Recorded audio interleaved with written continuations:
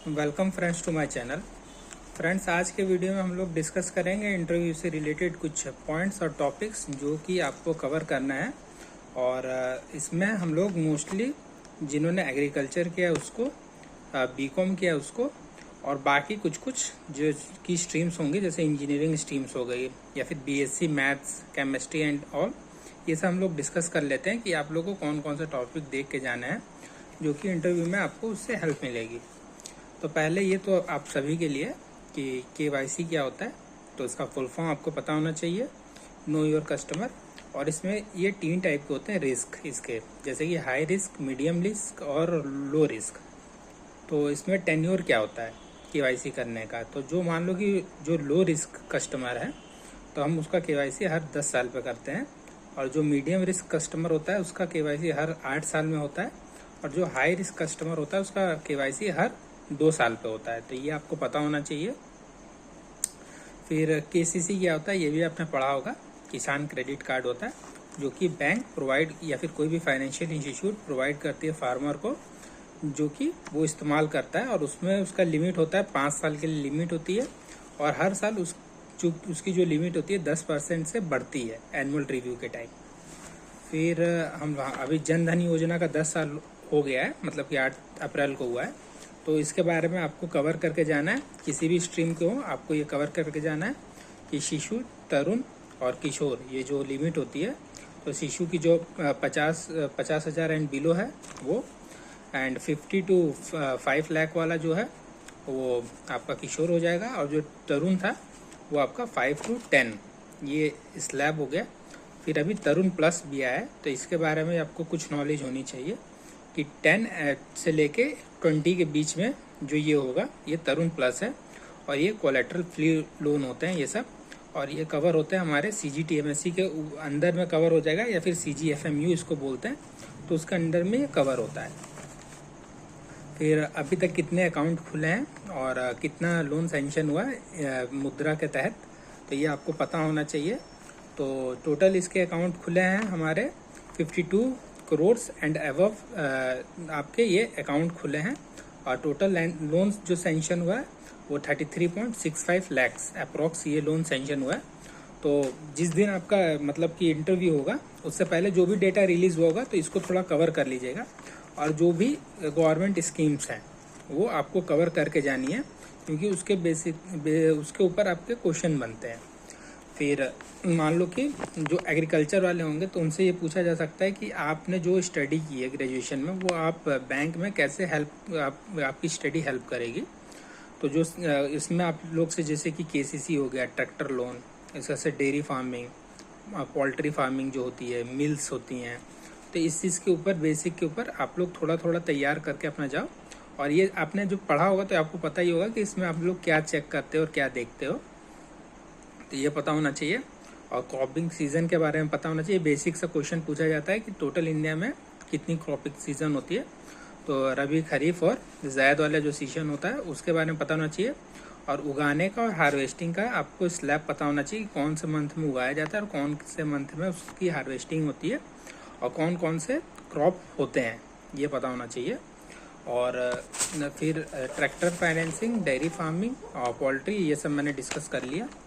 फिर इसमें आपसे ये पूछा जा सकता है, जैसे कि आप केस स्टडी इंटरव्यू में चलता है कि जैसे कि कोई फार्मर है, उसके बाद से उसके पास ये सब डॉक्यूमेंट्स नहीं है, तो वो आप उसको कैसे लोन देंगे, या फिर किससे आप लोग उसको गारंटर किसको रख सकते हैं, या फिर किससे पूछ सकते हैं। तो ये सब आप कवर करके जाइएगा कि जो गांव का हायर अथॉरिटी होगा, ग्राम प्रधान होगा, उससे आप पूछ सकते हैं, या फिर उसकी गारंटी ले सकते हैं, या फिर फैमिली में कोई है तो उसकी गारंटी ले सकते हैं। तो ये सब छोटे छोटे चीज़ आपसे पूछे जाते हैं।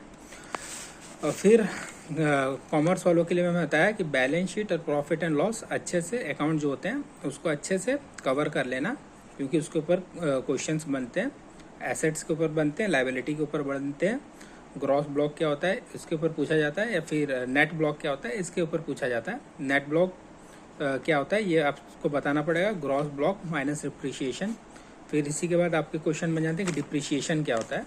तो लेट सपोज आपने मोबाइल ख़रीदा, तो इस साल उस मोबाइल का जो रेट है मान लीजिए कि 25,000 है, अगले साल इसका रेट थोड़ा घटेगा, मार्केट में, मान लीजिए 23,000 होगा तो 25 और 23 तो 2,000 का आपका गैप हुआ, तो ये 2,000 जो है ये आपका डिप्रिशिएशन हो जाता है, तो ये डिप्रिशिएशन कहलाता है।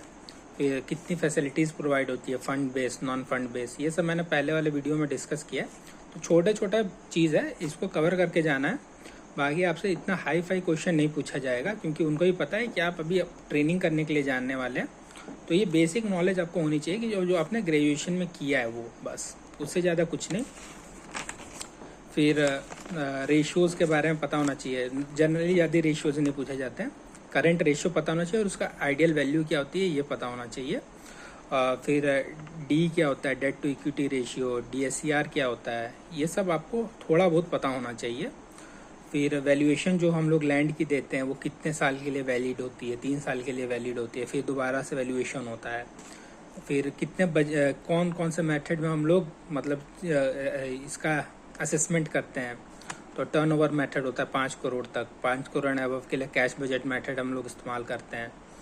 फिर डाइवर्जन ऑफ फंड कब होता है, long term source, short term source, long term use और शॉर्ट टर्म यूज़, इसमें मतलब कौन कौन से चीज़ ऐड होती हैं, जैसे कि करंट लाइबिलिटी, उसके बाद से non current liability, intangible assets, net block, तो ये सब कैसे बनता है ये आपको पता होना चाहिए कॉमर्स वालों के लिए। और अभी हाल में ये भी क्वेश्चन बन सकता है कि ओल्ड रिजीम टैक्स और न्यू टैक्स रिजीम में क्या अंतर है, क्या बेनिफिशियल है, आपके लिए क्या बेनिफिट है, ये आपको पता होना चाहिए। जैसे कि जो बीटेक वाले स्टूडेंट हो सकते हैं उनसे ये पूछा जा सकता है कि आपने जो कोर्स परस्यू किया है ये बैंक में कैसे आप लोग हेल्प कर सकते हैं। तो मान लो कि जो कॉमर्स वाले हो गए, इलेक्ट्रिकल वाले हो गए, या फिर EC वाले हो गए, तो बता सकते हैं कि जैसे कि एरा चल रहा है डिजिटल बैंकिंग का, तो हम जो कस्टमर उसको अच्छे तरीके से एक्सप्लेन कर सकते हैं कि डिजिटल बैंकिंग कैसे करनी है और इसके प्रोज एंड कॉन्स क्या हैं, तो ये आप लोग एक्सप्लेन कर सकते हैं। RTGS, NEFT और UPI, इसके बारे में आप अपने कस्टमर को अच्छे से नॉलेज प्रोवाइड कर सकते हैं, फिर अवेयरनेस दे सकते हैं, ये आपको पता होना चाहिए। और बेसिक से जैसे कि मान लो कि आपके पैनल में 5 लोग हैं, तो उसमें से कोई पैनलिस्ट ने वो कोर्स किया, तब वो इन डेप्थ में भी नहीं पूछेगा, हल्का फुल्का क्वेश्चन पूछता है। जैसे केमिस्ट्री है तो BSc केमिस्ट्री किसी पैनलिस्ट ने किया तो केमिस्ट्री के कुछ क्वेश्चंस पूछ लेता है वो आपसे। तो हल्का फुल्का आपको पता होना चाहिए, पूरा ब्लैंक नहीं होना है, थोड़ा बहुत तो आपको पता होना चाहिए अपने कोर्स के बारे में। फिर ड्राइंग पावर क्या होता है, कि जितने लिमिट एक कस्टमर विथड्रॉ कर सकता है अपने स्टॉक्स, या फिर जिसके तहत भी लिमिट के, मैक्सिमम लिमिट के तहत में, वो ड्राइंग पावर होता है। फिर मान लो कि आपको एक केस स्टडी दे दिया जाएगा, पूछ लिया जाएगा कि एक बोरवर है और वो अपनी व्हीकल, जैसे कि वो व्हीकल खरीद रहा है, तो उस पर आप कौन सा चार्ज क्रिएट करेंगे एज ए बैंक ऑफिसर, तो आपको हाइपोथिकेशन चार्ज करना पड़ेगा। या फिर वो अपनी प्रॉपर्टी के लिए प्रॉपर्टी लोन ले रहा है तो मॉर्टगेज हो जाता है उस पर, हाउस के ऊपर। तो ये छोटी छोटी चीज़ें पता होनी चाहिए। और एक और मोस्ट इम्पॉर्टेंट, PSL के बारे में आपने पढ़ा होगा, तो PSL को एक बार कवर कर लेना, प्रायोरिटी सेक्टर लैंडिंग, जो कि, और वो भी नॉर्मल 40% वाला पता होना चाहिए। 40% ANBC और CEO BE वाला पता होना चाहिए। और फिर उसके बाद से एग्रीकल्चर में 18%, उसका से स्मॉल एंड मार्जिनल में 10%, फिर माइक्रो इंटरप्राइजेस में 7.5, और फिर वीकर सेक्शन वाला 12%। तो ये छोटी छोटी चीज़ें, ये चीज़ आपको कवर करनी है और अच्छे से तैयारी करनी है इंटरव्यू के लिए। आज के वीडियो इतना ही दोस्तों, थैंक यू फ्रेंड्स।